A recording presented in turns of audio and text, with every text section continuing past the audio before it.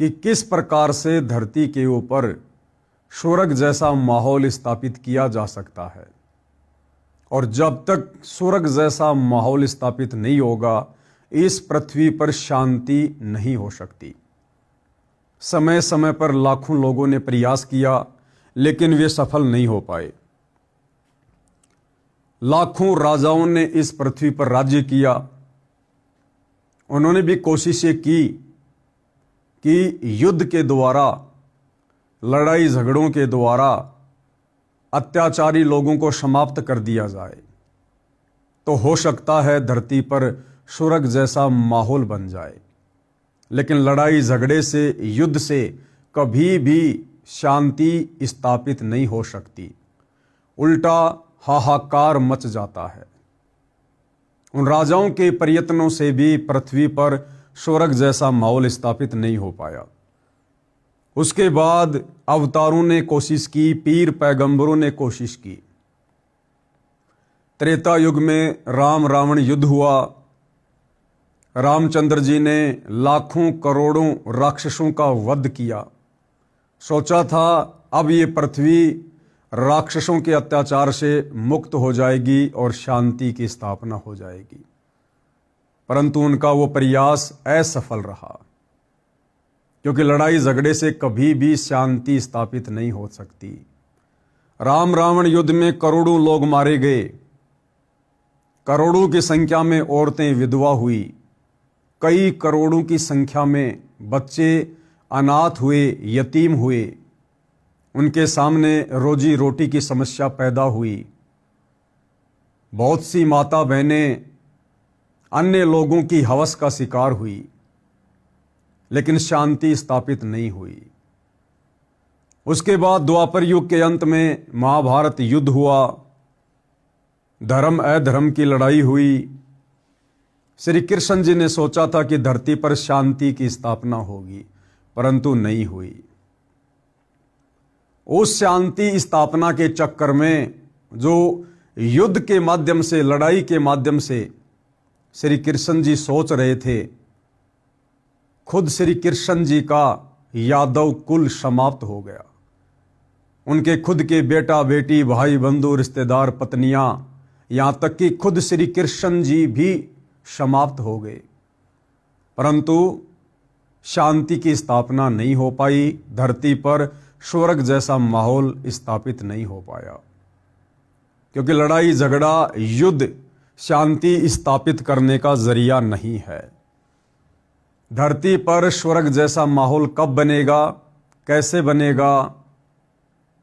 भाइयों और बहनों, इसकी जानकारी हमें ये पुस्तक दे रही है, जिसका नाम है धरती ऊपर स्वर्ग।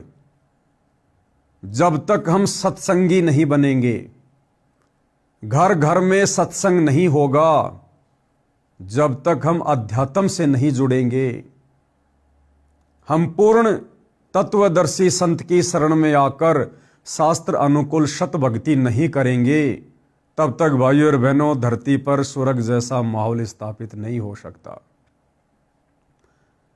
सतयुग, त्रेता, द्वापर और कलयुग लगभग 5,500 वर्ष बीत चुका है। शांति की बजाय उल्टी अशांति पैदा होती जा रही है।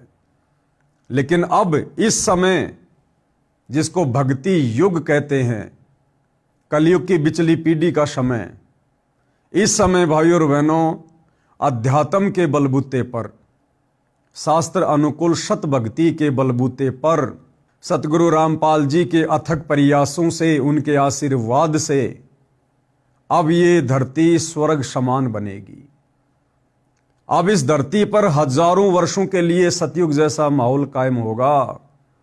भारत विश्व गुरु बनेगा, भारत धर्म गुरु बनेगा। घर घर में भक्ति होगी, घर घर में धार्मिक अनुष्ठान होंगे। इंसान नेक नीति और ईमानदारी से अपना जीवन यापन करेंगे। अब यह धरती स्वर्ग समान बनेगी। तो इस पुस्तक के ऊपर 2 वीडियो बन चुके हैं। आज हमारा 3रे नंबर का वीडियो है।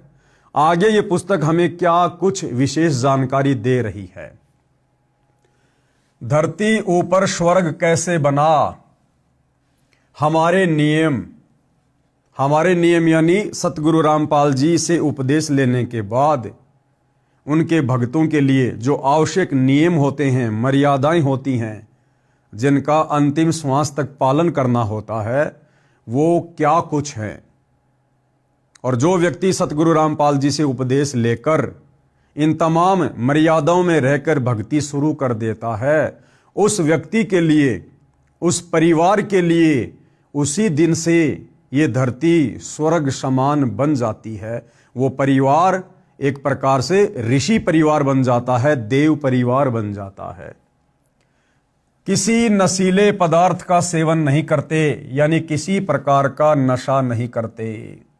अगर धरती को स्वर्ग समान बनाना है तो ये पहला नियम है, आपने नशे को त्यागना पड़ेगा।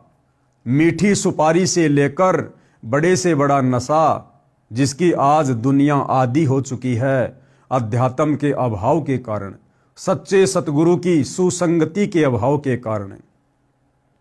तमाम प्रकार के नशे, बीड़ी, गुटखा, जर्दा, पान मसाला, तमाकू, शराब, बियर, भांग, धतूरा, अफीम, गांजा, हुलास सूंघना, जितने भी प्रकार के नशे वर्तमान में दुनिया कर रही है, आपने नशा करने वालों का सहयोग भी नहीं करना है। तब जाकर आपका परिवार, आपका गांव, आपका समाज धीरे धीरे स्वर्ग जैसे माहौल की तरफ बढ़ेगा। ये पहला नियम है। नंबर 2, तंबाकू का सेवन नहीं करते। सतगुरु रामपाल जी के भगत तंबाकू का बिल्कुल भी प्रयोग नहीं करते।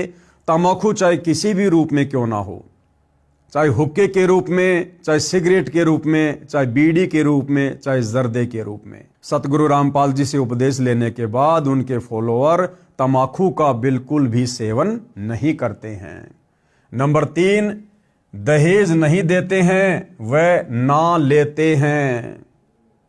शादी विवाह में दहेज के नाम पर ना ही तो हम 1 रुपया देते हैं और ना 1 रुपया लड़की वाले से लेते हैं।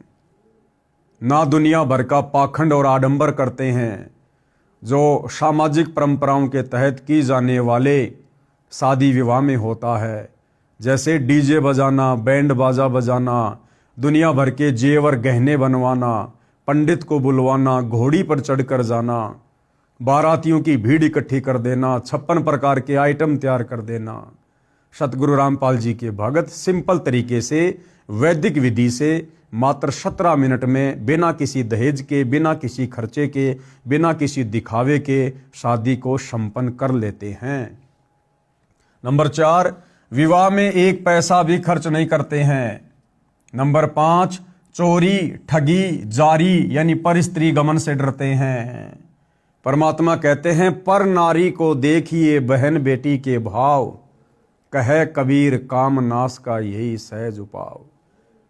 जिस प्रकार हम एक परिवार में रहते हैं, हमारी बहन होती है, हमारी माँ होती है, और हमारे अंदर हमारी बहन, बेटी या माँ के प्रति किसी प्रकार से कोई गंदी नजर नहीं होती है। इसी प्रकार यदि धरती पर स्वर्ग जैसा माहौल स्थापित करना है तो हमने पर स्त्री को उम्र के अनुसार बहन, बेटी या माँ की दृष्टि से देखना पड़ेगा। उनके साथ वैसा ही व्यवहार करना पड़ेगा, उनके प्रति वैसी सोच रखनी पड़ेगी जैसी हम अपने घर में अपनी बहन, बेटी और माँ के प्रति रखते हैं। तब धीरे धीरे पृथ्वी पर स्वर्ग जैसा माहौल स्थापित होगा। ना रिश्वत लेते हैं ना देते हैं, ना रिश्वत लेते हैं ना देते हैं, अर्थात ना ही तो गलत काम करेंगे और ना गलत कार्य करने में किसी को सहयोग देंगे। नंबर 6, परमात्मा का नाम जपते हैं। गीता अध्याय 16 श्लोक नंबर 23, उसमें गीता बोलने वाला भगवान कह रहा है कि अर्जुन, शास्त्र विधि को त्याग कर मनमाना आचरण जो लोग करते हैं, यानी मनमानी भक्ति करते हैं, मनमाने नाम मंत्रों का जाप करते हैं, उनको किसी प्रकार से कोई सुख प्राप्त नहीं हो सकता, कोई रिद्धि सिद्धि की प्राप्ति नहीं हो सकती, उनका मोक्ष नहीं हो सकता।